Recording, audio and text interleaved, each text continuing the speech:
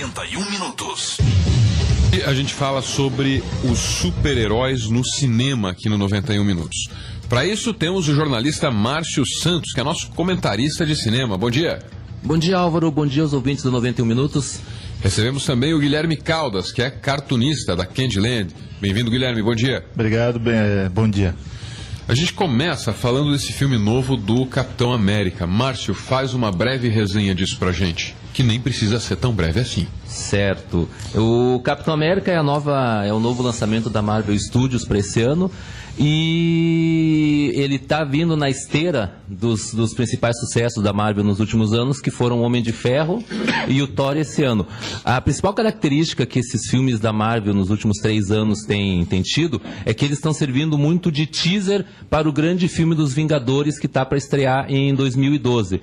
Então, o filme do Capitão América, na sua primeira metade, ele é muito legal, porque ele conta toda a história da origem do herói, do Steve Rogers, que era um rapaz franzino, que passa por uma experiência e se torna uma pessoa muito forte, com vários poderes, com uma super força, e eventualmente acaba se transformando no Capitão América e a sua luta com o Caveira Vermelha. O problema que eu vejo no filme, tanto que aconteceu no Homem de Ferro 2 quanto no Thor, é que a história é extremamente direcionada para a produção dos Vingadores em 2012. Então, a partir de um determinado momento, o filme ele passa a não mais ser uma história do Capitão América, mas ser um teaser do Homem de Ferro, dos Vingadores. Tá. Quem não sabe da história do filme dos Vingadores, vai reparar isso? Vai perceber, porque neste caso, o filme ele simplesmente não tem uma conclusão satisfatória. Você tem uma história que está acontecendo, que está passada na década de 40, e, num determinado momento, aquela história ela é interrompida e passa a ser contada a história do princípio dos Vingadores. Entendi. O filme dos Vingadores sai em 2012? Sai em 2012.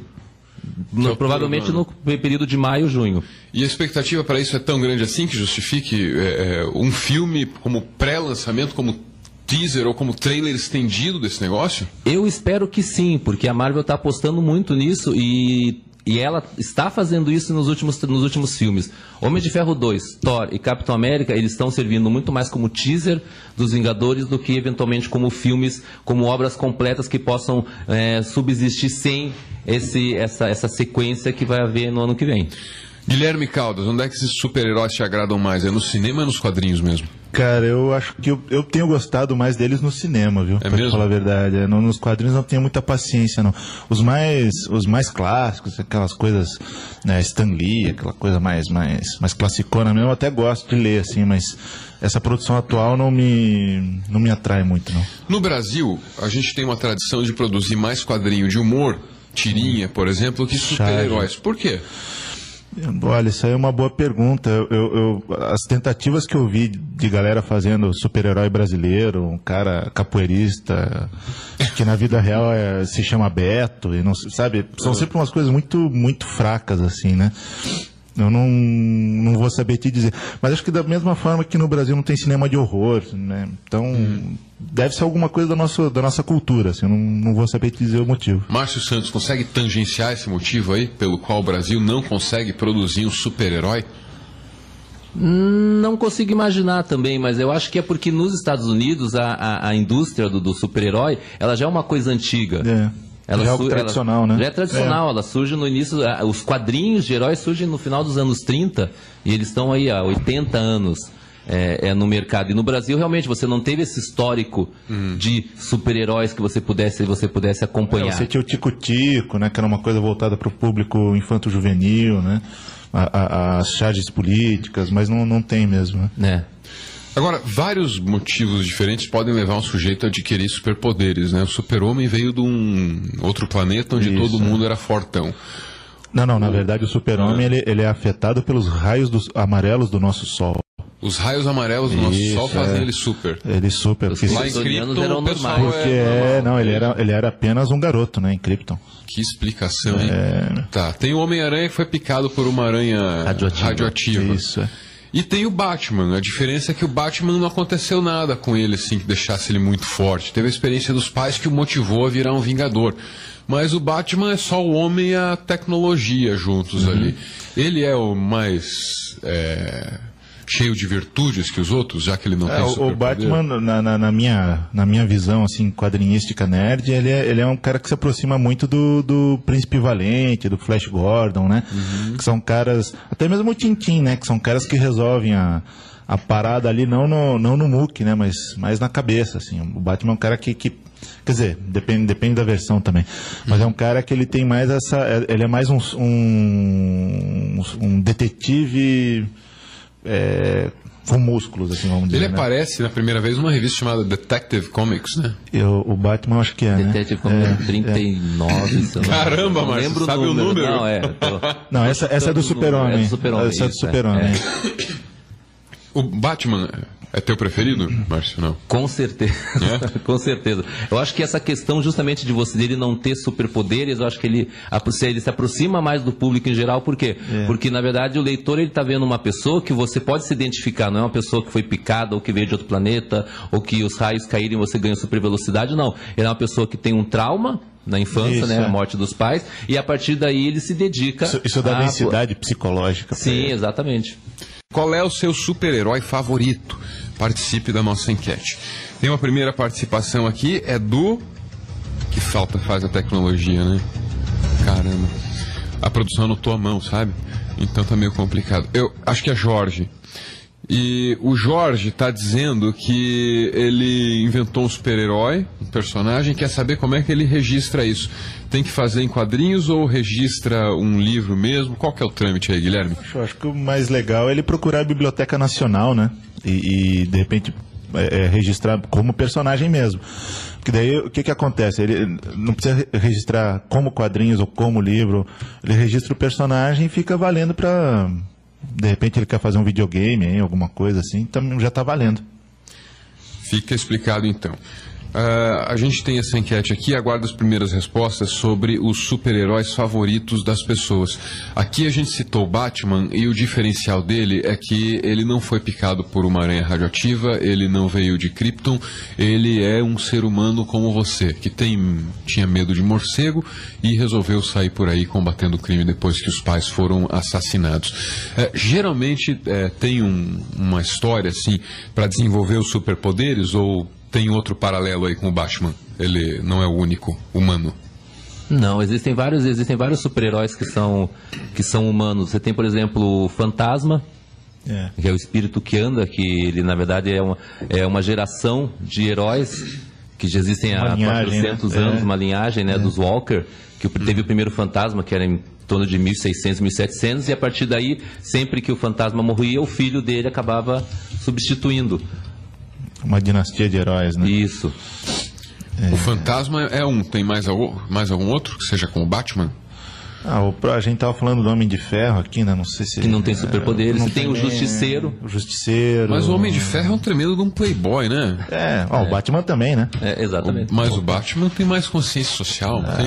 Mas o Tony Stark também, ele é uma pessoa humana, assim, por trás daquela máscara de ferro. E você tem o Justiceiro, que é uma versão exagerada do Batman, que é o mesmo caso também. Ele teve a família assassinada, e a partir daí ele sai, só que ao contrário do Batman, que o Batman tem a regra de não matar, o Justiceiro já ao contrário, ele não deixa vivo. E o Justiceiro no cinema, ele deu muito azar, porque ele teve 3 filmes e nenhum dos 3 filmes fez sucesso. O Justiceiro teve um filme com o Dolph Lundgren, no começo, na metade dos anos 80, que era uma coisa pavorosa. É uma coisa assim que não tem. É interessante ver como curiosidade. Ele teve um segundo filme, também em meados dos anos 90, aliás, no comecinho, em 2004, que era com o Thomas Jane e o John Travolta. E ele teve uma terceira versão que agora foi em 2008, que era o Justiceiro Zona de Guerra. Que também não deu certo. Nenhum dos 3 deu certo. Desse 2004 também meia sola. O Glaucio Elias participa para dizer: meu super-herói favorito é o Rin-Tin-Tin. O Rin-Tin-Tin é o cachorro. O Tintin é aquele de topetinho, não é isso? O Tintin é o de topete, que também não é bem um super-herói, né? Ele é mais um super repórter, assim. E o Rin-Tin-Tin,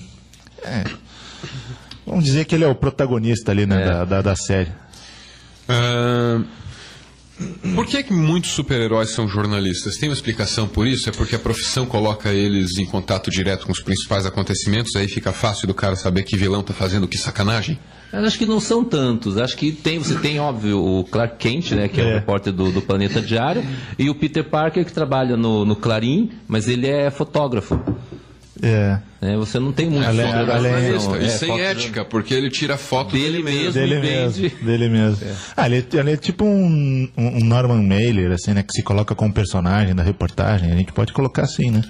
Sabe o que eu diria desse Peter Parker aí, né? Imprensa canalha. O bullying, né? Dos filmes de super-herói mais recentes, qual que é o seu preferido aí, Guilherme Caldas? É o Homem de Ferro? Eu gostei muito do Homem de Ferro, muito bom mesmo. Eu gostei muito do Watchmen. Deixa eu ver se tem algum outro que eu lembro, assim. Acho que esses dois aí foram os que me chamaram a atenção, assim. Teve os filmes do Quarteto Fantástico, que foram bons, assim, o primeiro, né, eu gostei. X-Men, também, assim, os dois primeiros eu gostei. Participação de ouvinte aqui, o Coração Valente. Ele diz: meu super-herói predileto é o Capitão América. E aí ele pergunta: herói é considerado super-herói? Nós consideramos o Senna um herói, por exemplo. Diz aqui o Coração Valente, que completa: tio, quando eu crescer eu quero imitar o Mário como você. Você sabe famosa essa imitação do Mário, né? Mas chega, Coração Valente, sério, dá muito problema, você não faz ideia. Eu acho que voltando a falar de cinema, eu acho que a questão, cinema e quadrinhos também, eu acho que a questão do super-herói, ele basicamente era o herói fantasiado. A partir do momento em que o herói se fantasia, ele deixa de ser simplesmente um herói e passava a ser um super-herói. Eu acho que você tem uma visão muito realista disso na série do Watchmen. Porque, na verdade, eles eram fantasiados, nenhum deles tinha Eles eram vigilantes, né? O único que tinha superpoder era o Dr. Manhattan. Sim. E todos eles eram o quê? Eram pessoas que se fantasiavam de super-heróis e saíam para combater o crime. Sim. Então, a cultura gerou muito isso. A questão do super-herói, basicamente, é o cara que se fantasia, que ele cria uma identidade isso que eu ia falar, ele cria uma identidade. Cria uma identidade para poder combater o crime. Porque o herói é aquela figura... presente já nas epopeias, né? Então tem desde o Jazão, desde o Ulisses, né? Eles são heróis também, né? Então acho que o Senna, ele é um herói nesse sentido, assim, que ele personifica a nação, né? Caramba, o Senna é um herói no sentido grego. Eu acho que sim, cara. Eu acho que sim. Ele gostaria de ouvir isso. Bonito isso, gostaria. Deve estar ouvindo.